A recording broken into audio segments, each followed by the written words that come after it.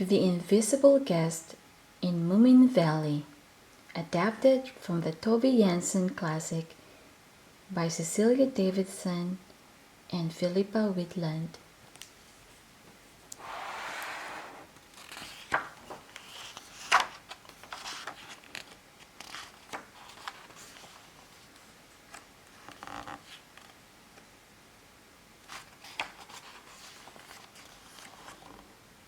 Some of Moominvalley's inhabitants.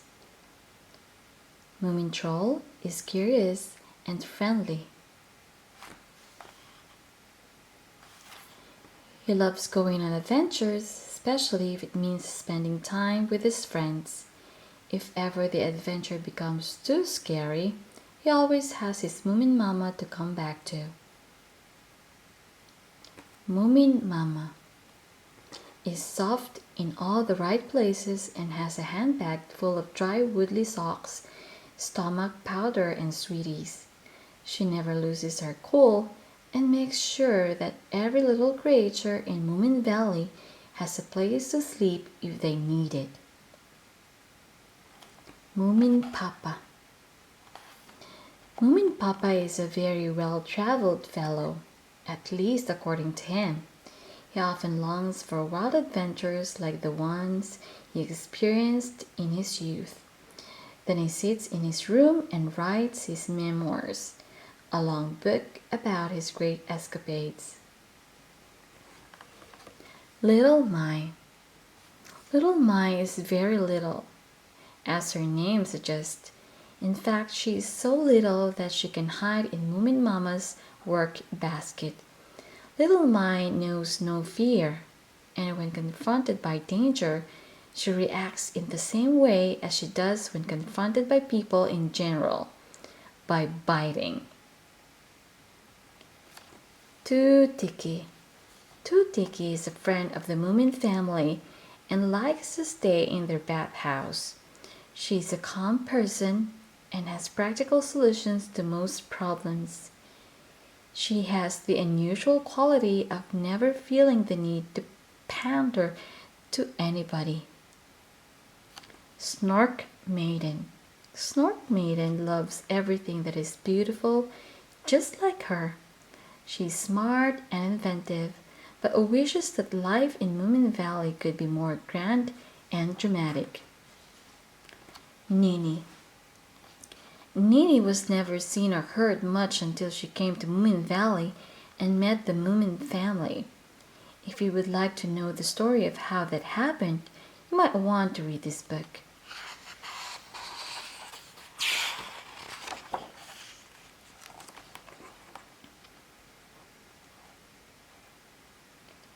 One dark and rainy evening, the Moomin family were sitting around the big table, cleaning mushrooms. Little Mai has picked milk caps again, said Moomin Papa, holding up a reddish mushroom. Last year she picked fly agaric. Let's hope she picks some nice chanterelles next year, said Moomin Mama. We live in hope, laughed Little Mai, and they carried on cleaning in contented silence. Suddenly, there came a knock on the door. It was Too-ticky, who stayed in the family's bathhouse sometimes. She stepped inside without waiting for an answer and shook the water from her raincoat. I brought a guest, she said, holding the door open and beckoning out into the rain. Come on then, but no one came.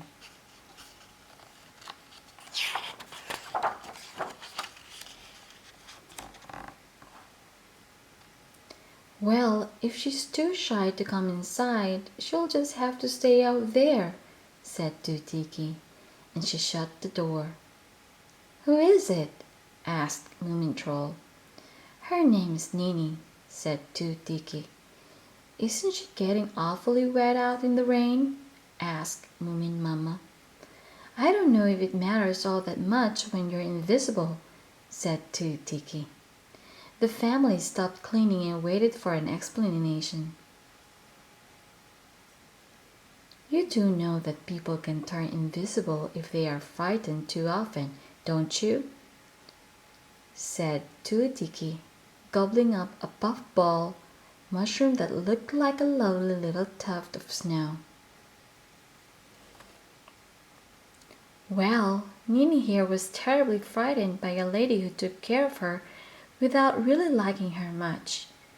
I met the lady and she was ghastly. Not angry. You can forgive a little anger sometimes. No, this lady was ice cold.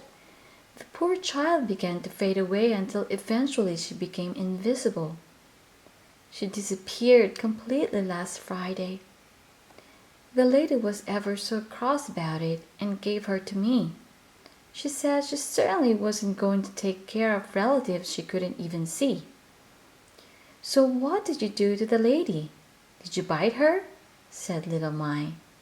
No, violence doesn't help, but I took Ninny and brought her here so that you can help her become visible again, said Too-ticky.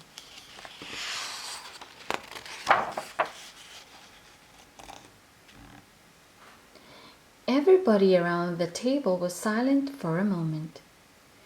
The only sound was the rain pattering on the roof. They were all thinking about what Too-ticky had said. Does she speak? Said Moomin Papa at last. No, but the lady tried a bell around her neck so you know where she is. Too-ticky got up and opened the door again. Ninny, she called into the darkness. The cold scent of autumn streamed in over the veranda. Soon they heard a ringing outside. It was a cautious, hesitant ring. The sound came up the steps and then stopped. A little bell on a band hung in mid-air. This is your new family, Ninny. They can be a little silly at times, but they're a decent bunch on the whole, said Too-ticky. The family stared at the hovering bell. Give the child a seat, Moomin Papa said at last. Does she know how to clean mushrooms? At first, the bell stayed completely still. Then something wondrous happened. One of the chanterelle mushrooms started floating through the air. Yes, the invisible child certainly did know how to clean mushrooms. Everybody sat quietly and looked on a soil, and pine needles were peeled up by invisible paws.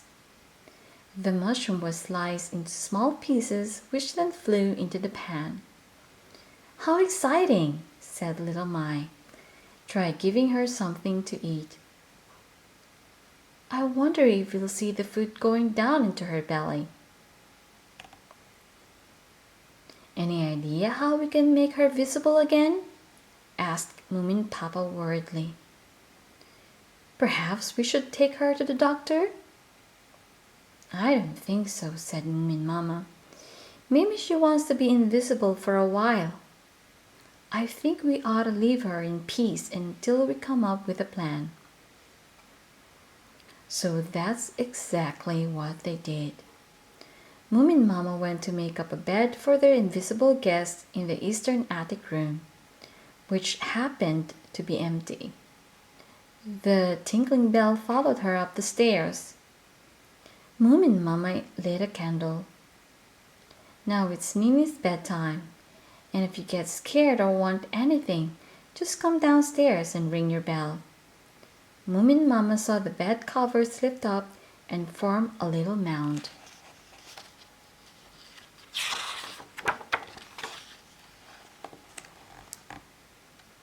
Moomin Mama went down to her room and dug out Granny Moomin's old notebook filled with home remedies. She flicked through the evil eye, cures for melancholy, the common cold. No, thought Moomin Mama. Eventually she found a note that Granny had scribbled down in shaky handwriting. If someone should fade away and become difficult to see. Moomin Mama read through the recipe, which was quite complicated. Then she set about mixing up the home remedy for little Ninny. The next morning, Moomin Troll heard the bell coming down the stairs. He had been waiting all morning for their new guest to emerge. But the sight of the bell was nowhere near as exciting as the paws. Down they came, hopping from step to step, tiny little feet with timid little toes, all tightly pressed together. That was all that could be seen of Ninny, and it looked very strange indeed.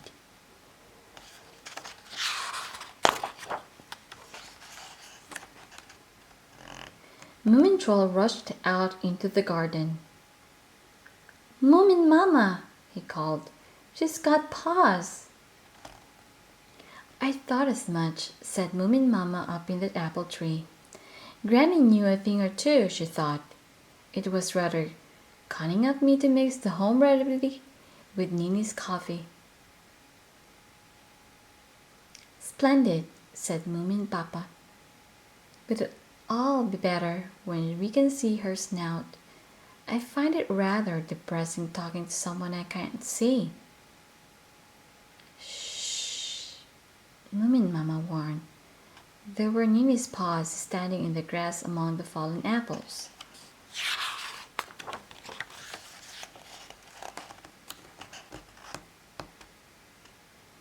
"Hey, Ninny," yelled little Mai. "When are you going to show us your snout? You must look a fright if you want to stay invisible." "Hush," whispered Moomin Troll. "You'll make her sad." He walked over to Ninny. "Don't worry about little Mai. She's a tough one. You're perfectly safe here with us, and don't even think about that terrible lady." In that very moment, Ninny's paws began to fade until they were barely visible in the grass.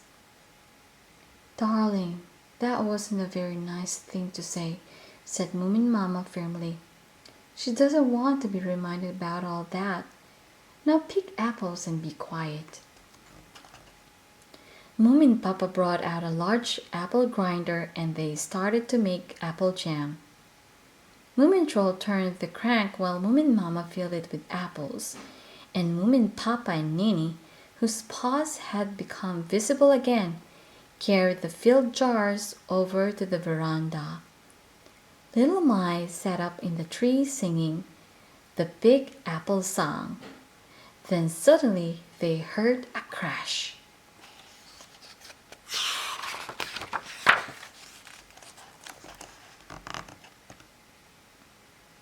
In the middle of the graveled path, there was a big splodge of jam surrounded by spiky shards of glass.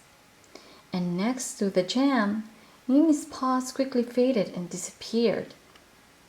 "Never mind," said Moomin Mama. "That was the jar we usually give to the bumblebees. Now we don't have to carry it all the way to the meadow." Ninny's paws reappeared along with a pair of spindly legs. Above the legs, the edge of a muddy brown dress was just about visible.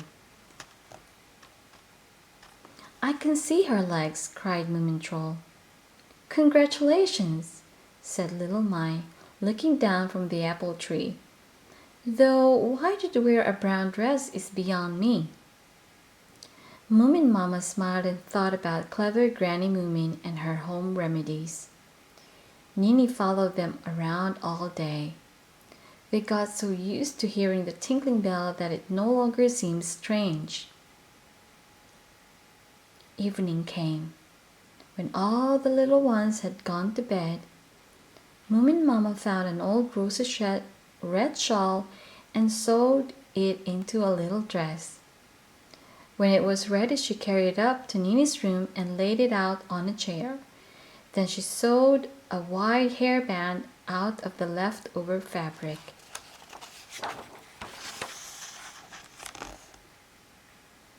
The next day, Ninny came down for her morning coffee wearing the dress.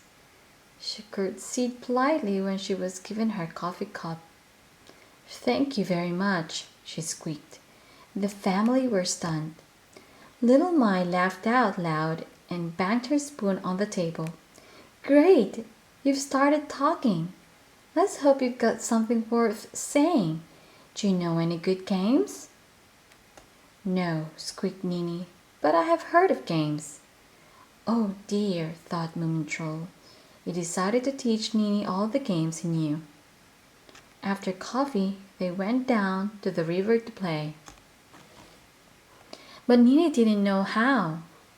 She curtsied and said how fun, but the others had a strong suspicion that she wasn't enjoying herself at all. She didn't even try to run away when Moomin Troll started chasing her. She just politely let herself be caught. You're supposed to run, bellowed little Mai. Don't you even know how to run and jump? Ninny's skinny legs ran and jumped as she was told. But soon she came to a standstill with her arms hanging limply by her side.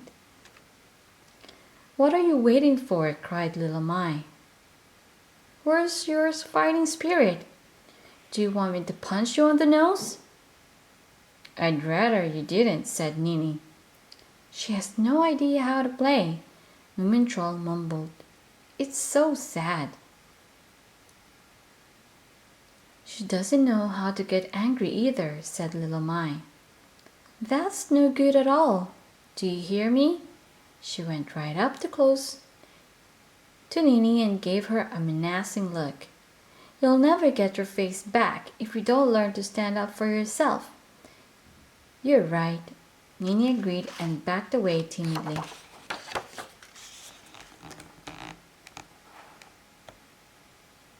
Days passed and nothing changed.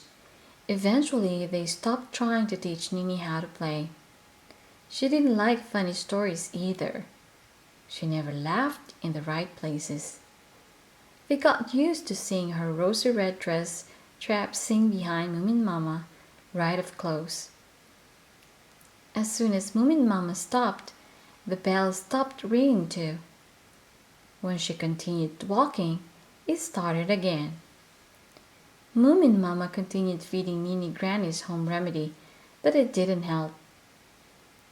I suppose people have managed fine without a head before, she thought, and she gave up on the home remedy.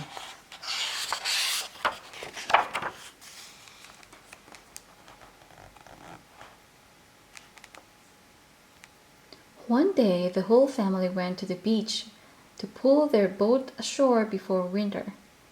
It was a beautiful autumn morning, a little cold around the snout but almost summery in the sunshine. A shower of rain had left everything wet, bright and glistening. Ninny's bell was ringing behind them as usual, but when they came to the sea she stopped dead. Then she lay on her tummy in the sand and started to whimper.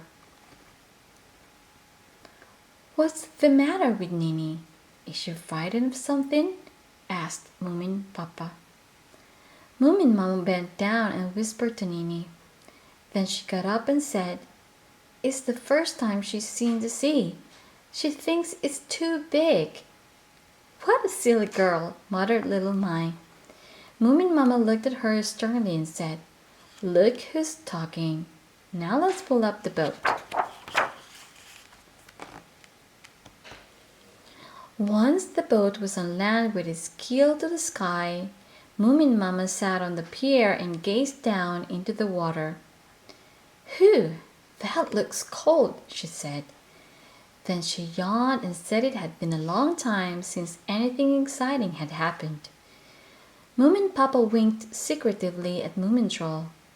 He put on a mischievous smile and started sneaking up behind Moomin Mama.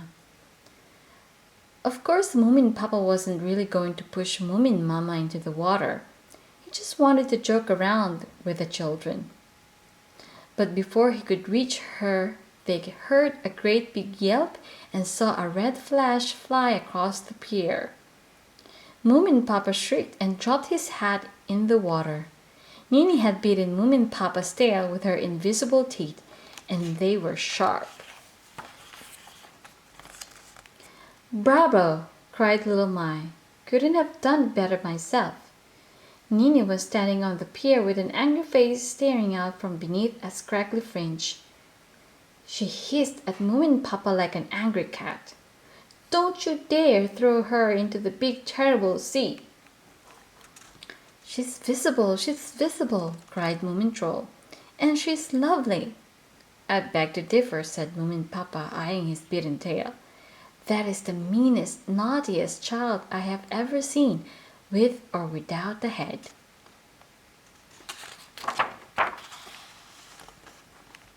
Moomin Papa lay down on the pier and tried to fish out his hat with his cane. Somehow he managed to slip and fall in head first. He stood on the bottom with his ears full of sludge. "Oh!" cried Ninny. "How funny! How wonderful!" And she laughed so hard that the whole pier shook. "That child is even worse than little Mai," groaned Moomin Papa. "But she's visible. That's the main thing. And it's all thanks to Granny," said Moomin Mama.